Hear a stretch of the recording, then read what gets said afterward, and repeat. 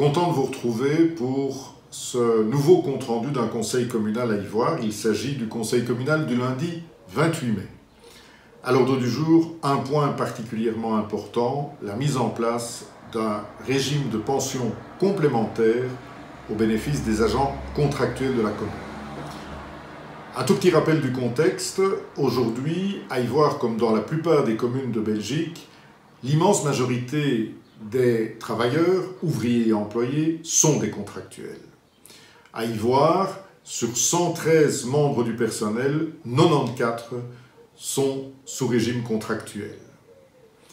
Très souvent, en particulier depuis quelques dizaines d'années, on commence sa carrière dans une commune comme agent contractuel, on passe éventuellement plus tard l'un ou l'autre examen et on peut être nommé de manière définitive. Jusqu'à présent, cette manière de gérer les carrières au sein des pouvoirs locaux n'avait pas de conséquences négatives en termes de pension.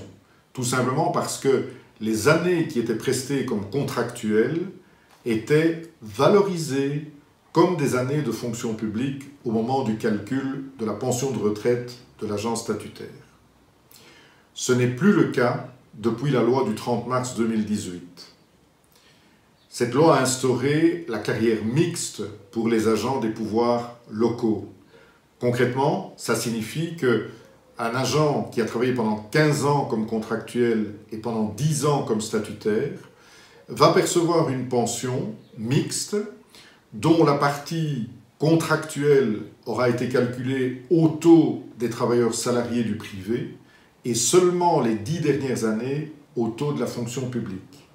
Cela a pour conséquence une perte de revenus qui, dans un certain nombre de cas, atteindra plusieurs centaines d'euros bruts par mois.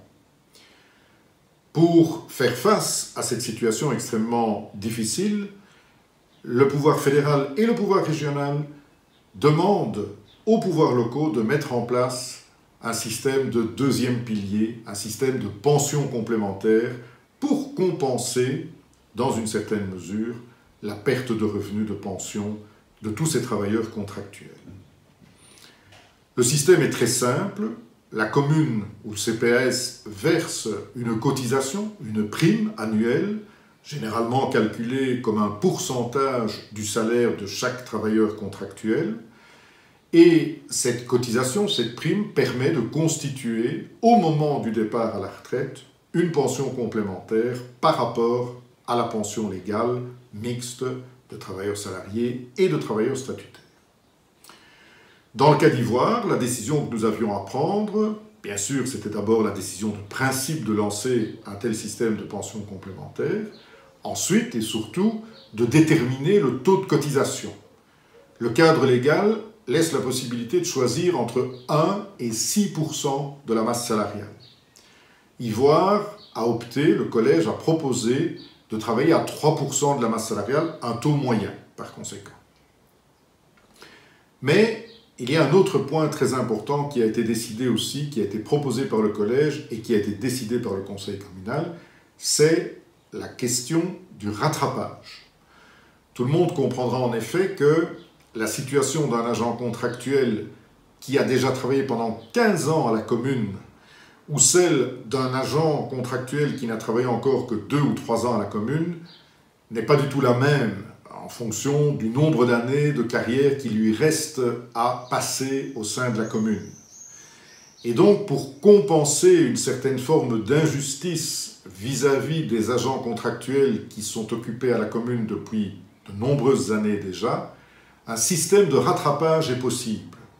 Il s'agit tout simplement de payer en quelque sorte, avec effet rétroactif, les cotisations, les primes qui se rapportent au salaire des années passées à l'administration communale. Et là aussi, le collège a donc proposé de mettre en place ce système de rattrapage en prélevant, en payant également un montant de 3% des salaires du passé, en remontant au maximum jusqu'à 20 ans en arrière. L'ensemble de ce plan de pension complémentaire, 3% versés par la commune tous les ans sur la rémunération des travailleurs, plus le système de rattrapage pris en charge également par la commune, constitue un système généreux, un système intéressant, certainement, pour les travailleurs contractuels de la commune d'Ivoire, mais c'est aussi un système, un concept qui va avoir des conséquences financières extrêmement importantes. Les estimations qui sont faites montrent en effet que la cotisation annuelle en régime de croisière va tourner aux alentours, CPS et communes inclus, de 65 000 €. La cotisation de rattrapage, elle, est encore beaucoup plus importante. C'est normal, elle porte sur plusieurs années du passé et elle est estimée, communes et CPS, à 525 000, 528 000 €. Cela signifie que, comme on s'engage pour une très longue période, on ne s'engage pas dans un tel exercice pour 1 an ou 2, on s'engage pour l'éternité, je vais presque dire. Cela veut dire que la décision que le conseil communal avait à prendre est une décision qui portait sur des montants de plusieurs millions d'euros sur la longue période. Heureusement, dans le cas d'Ivoire, des réserves existent qui avaient été constituées à l'époque du majorat d'Ovid Monin et qui étaient destinées à couvrir les frais éventuels des pensions des travailleurs communaux. Alors ces réserves s'élèvent à 770 000 €. Elles permettront donc de couvrir sans trop de difficulté la cotisation de rattrapage dont on a parlé et pendant 4 ou 5 ans les cotisations annuelles de la commune d'Ivoire. Au-delà de cette période de 4 ou 5 ans, ce sera évidemment le budget ordinaire de la commune qui se verra augmenter. Ce seront des dépenses supplémentaires nettes de l'ordre de 60 à 70 000 € chaque année. Le conseil communal a approuvé la totalité donc de ce plan, mais nous avons quand même, à l'unanimité, mais nous avons quand même souhaité relever l'un ou l'autre point. Le premier, c'est que, à côté de la pension des agents contractuels, reste posée la question des agents statutaires. Et là, on est dans un régime où chaque commune doit, en théorie, supporter seule la charge de ses agents statutaires au travers des cotisations qu'elle paye sur les rémunérations de ses agents statutaires. Et on sait qu'il y a là un énorme problème de sous-financement qui est lié notamment au fait qu'il y a moins de recrutement de statutaires. Ce problème ne sera pas totalement réglé, loin s'en faut, par la mise en place du plan de pension complémentaire dont nous venons de parler. Et donc, cela signifie que le risque existe toujours pour une commune comme Ivoire de voir la charge de ces pensions statutaires augmenter considérablement dans le futur.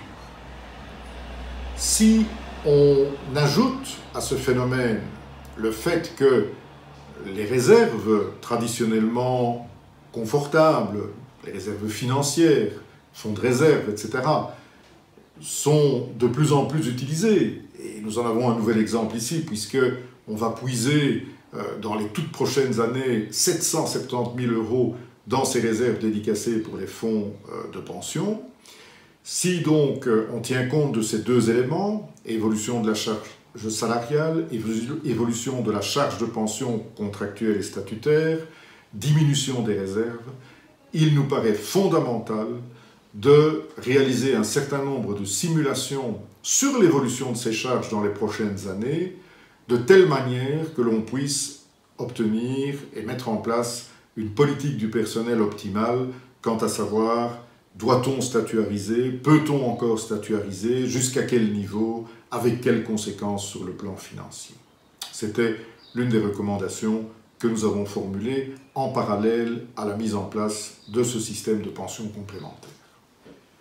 Parmi les autres points à l'ordre du jour de ce Conseil, de nombreux marchés publics.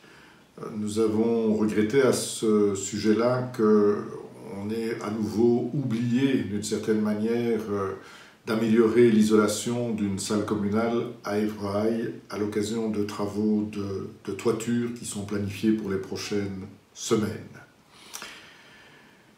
Par ailleurs, la période du mois de mai et de juin est une période où traditionnellement les conseils communaux ont à se prononcer sur les assemblées générales des différentes intercommunales auxquelles la commune appartient. Chacun se souvient des dossiers qui ont défrayé les médias au cours de l'année 2017, au cours des derniers mois, en matière de gouvernance d'intercommunales. Et donc, le gouvernement wallon, comme on le sait, a pris un certain nombre de mesures qui doivent se traduire par des modifications statutaires au niveau d'un certain nombre d'intercommunales. En ce qui concerne Ivoire, Ivoire fait partie de nombreuses intercommunales qui tournent autour du BEP, du Bureau économique de la province de Namur. Elle fait partie aussi de l'INASEP pour tout ce qui concerne notamment les travaux d'égouttage, entre autres. Elle fait partie aussi d'IMIO, qui est une intercommunale mutualisant des services informatiques pour les communes. Elle fait partie d'ORES, bien entendu. Et donc, nous avons salué la qualité du travail en matière de gouvernance dans un certain nombre d'intercommunales, où les différents points soumis à l'ordre du jour ont été approuvés, mais nous avons regretté par contre ce qu'il faut bien considérer comme étant des pas en arrière, notamment au niveau de l'INASEP et de IDEFIN, où des rémunérations fixes sont à nouveau prévues pour des fonctions de vice-président et où on remet en place des comités de gestion qui, d'une certaine façon, font un peu double emploi avec les conseils d'administration. Nous avons donc attiré l'attention du conseil communal sur ces points et plusieurs membres du conseil communal, majorité comme minorité confondues, se sont donc exprimés et se sont soit abstenus, soit ont voté contre les points litigieux dans les intercommunales concernées. Nous avions aussi, du côté de notre groupe, inscrit à l'ordre du jour 3 points, dont le point concernant l'île d'Ivoire. L'île d'Ivoire, qui est un bel outil aujourd'hui en matière de tourisme pour la commune d'Ivoire, mais c'est aussi un endroit agréable pour les familles de l'entité, pour les familles de la commune. Or, cet endroit qui est maintenant doté de magnifiques plaines de jeux n'est accessible que via un passage d'eau payant, dont le prix n'est tout de même pas si bon marché que cela lorsqu'on parle de passage de famille. Et donc, nous avons suggéré que le syndicat d'initiative réfléchisse à la possibilité d'une offre privilégiée, en quelque sorte, pour les habitants de la commune et plus particulièrement pour les familles. Cela nous a été promis par le président du syndicat d'initiative, qui est aussi l'échevin du tourisme, et donc nous espérons pour la saison 2019 pouvoir enregistrer un progrès sur ce plan. Nous avons encore aussi évoqué l'évolution du chantier du pont de Godine et nous avons également évoqué les problèmes survenus lors du tour de la province de Namur, du tour cyclo de la province de Namur qui a été organisé le 5 mai et qui a provoqué pas mal d'embarras sur nos routes et dans nos villages. Le collège nous a fait part de son sentiment qui rejoignait tout à fait le nôtre et du fait qu'il avait réagi de façon officielle auprès des organisateurs. Nous espérons bien entendu que l'organisation 2019, si elle doit avoir lieu, se déroulera dans des meilleures conditions que 2018. Voilà en quelques mots résumé ce conseil communal du lundi 28 mai 2018 à Ivoire. Une très bonne journée à toutes et tous et à bientôt. Merci pour votre attention.